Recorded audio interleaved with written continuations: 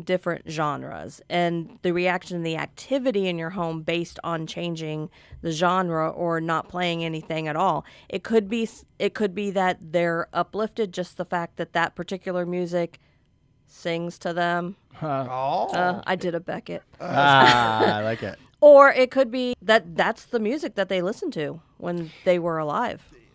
Am I off on my theory that music, me playing music here in my house, is playing a part with the lady in white? I really feel like there's a major connection to music and her. I think so too. But now the other, if you're looking at it from dating that white noise, it's creating that noise in the background, that energy that they're pulling from. So if they needed an energy source, it could be just the fact that you're playing the music. But I totally think that she's in that time period, that she's in that genre. That style. Let me break down what you just said, because I completely agree with you. But the only thing and I think we agree on both of them. I'm talking about the lady in white specifically. I know what you mean, collectively bringing in an element of people. Specifically for the lady in white, I feel like she is from that era. She likes, she's va-va-voom. She's had some drinks. She's smoking a little bit, Beckett. She just Sounds fun. She's a loose 30s. I don't know. It's just the vibe I'm getting, Vicky. Set me up. I was going to say, have we ever used him as bait? But let me ask you, I've consistently... It's when we get in trouble in life is when we don't go with our gut and we don't trust our instincts and we second guess ourselves and we change our minds. So I always tell people the first thing that you think of, even students when they're taking a multiple choice test, the first one you picked was probably the right one. Right. There's a certain mood, Beckett, when she'll appear. It's usually when I'm in a good mood, I'm making a drink, I got the guitar in the hand, or if the guitar's not in the hand, we're putting up the 1930s music on. It's almost kind of a fun, romantic vibe, but no one else is here. Right. And she takes that time to WAP. I love it. Have you tried playing Lady in... pussy? I thought you did the acronym for that. Have you tried playing Lady in Red? See what the reaction is? We're no Krista Burke in this house. But the one thing I will say, and I'm sure you guys know this better than I do, I've heard professional singers, artists, talk about how, and these are artists that are very wealthy, that have done every drug under the sun. They say performing in front of a live audience, like a large one, is the most insane drug that they've ever done. But let me counter that argument. That is for people who have the need to want to be on a stage and get that. There are so many people in my life that they would consider that their personal hell and say, hell. Fuck you, Beckett. I would never want to experience that. I think that's a type of personality. Not everyone wants that. But I think that's because they're not confident in the art of singing or walking down a runway for a fashion show. If they were confident, maybe you're right. Objection. Maybe you're right. Maybe there's someone that has a great voice, that is a big introvert, that sounds like hell. The only thing that I would say, which it's a great point that you raise, if they were able to break through that fear and show off their talent, it would be the most highest perfect score anymore. I've known too many unbelievable musicians that wail on whatever they do, piano, saxophone, guitar. They're also great public speakers, so they're not scared or shy to be in front of a group of people. They just don't want it. They kind of want music to be their own thing, and not everyone wants that. You're a god, Beckett.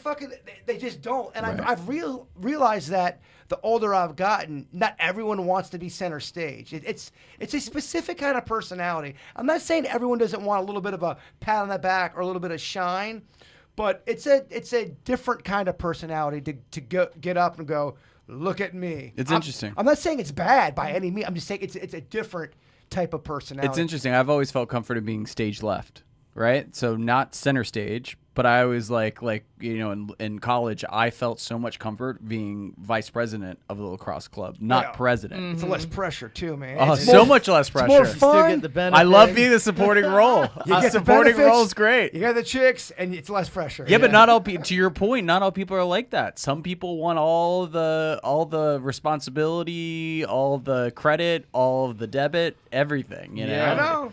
right? Oh yeah, I mean, there's so many different personalities out there. That's why I'm such a big fan of not saying everything's absolute, because nothing is really. When you really break it down, nothing is absolute. Only a Sith speaks in absolute. Death and taxes. That's why whenever anybody has, always in their sentence or something like that, no. Well, that's why I've never been a fan of identity politics. That'd be like me saying, "Oh, I'm a goofy guy, and I speak for all goofy people. All goofy people feel exactly how I do," and that's just not true, Right. y'all. There's different forms of goofy. There's Right. different. I mean, people within the goofy community would be annoyed with me because they would think I'm not doing goofy the right way. That's why I don't like anything of absolute at all, because my theory, everything you do in life has its own set of circumstances. That's right. It's true. It's my own personal opinion. I think now, with that said, it's time for Denny's. tech stuff. No, just kidding. Denny's Random facts. Oh, Sweet Denny's does a great job of getting the best facts out there. I've learned a lot from a Sweet Denny's.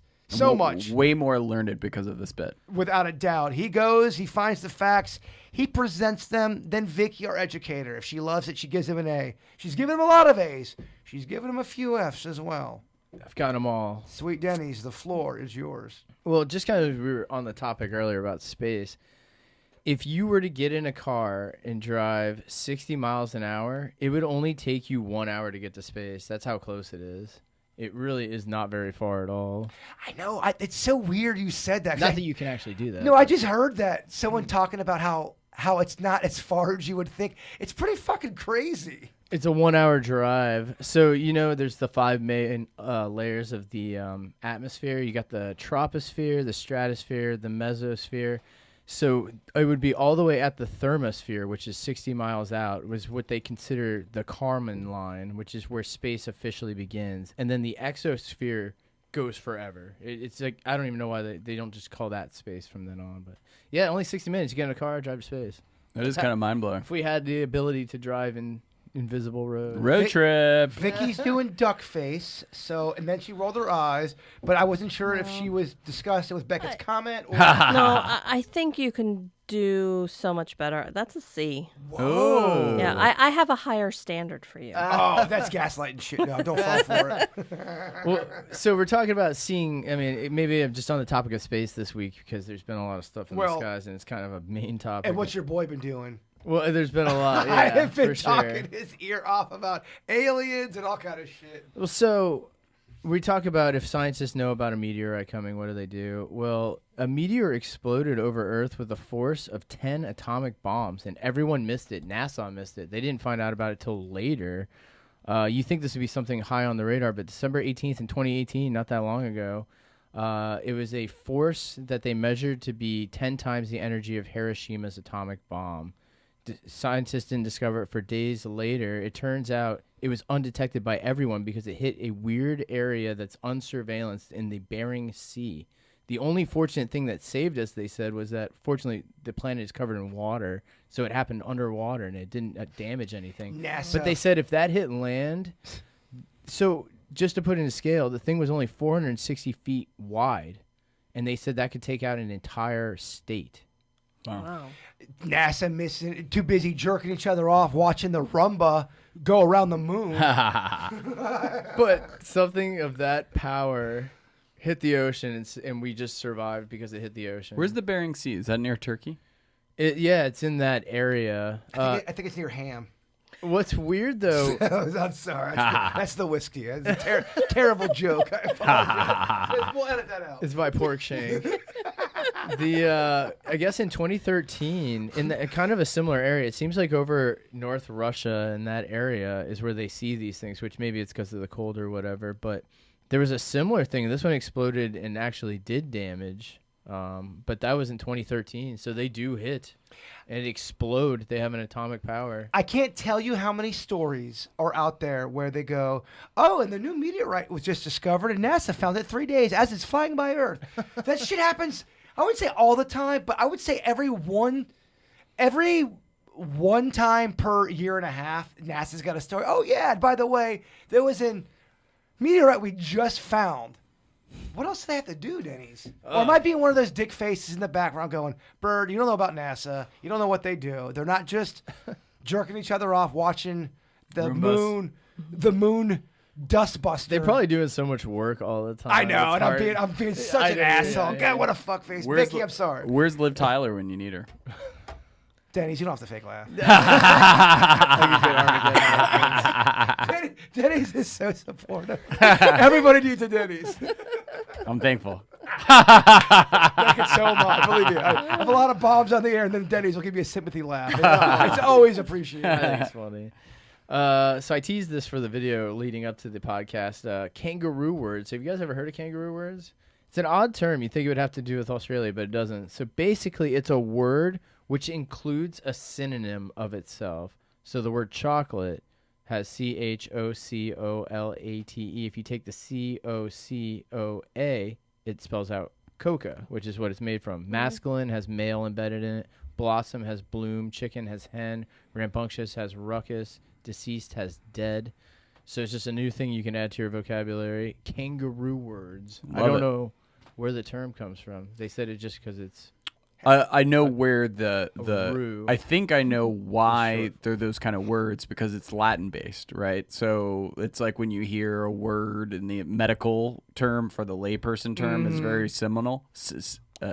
Similar. I had JMO too. Yeah, I was gonna say. And that is why I think it has the root word in it, right? Have we been knocked off the internet like 3 times? We've had a couple Yeah, people have texted me and spikes. said we've crashed a few times. I took a screen test and it said we were at like 30 megabytes for whatever reason. Did we pull out of it?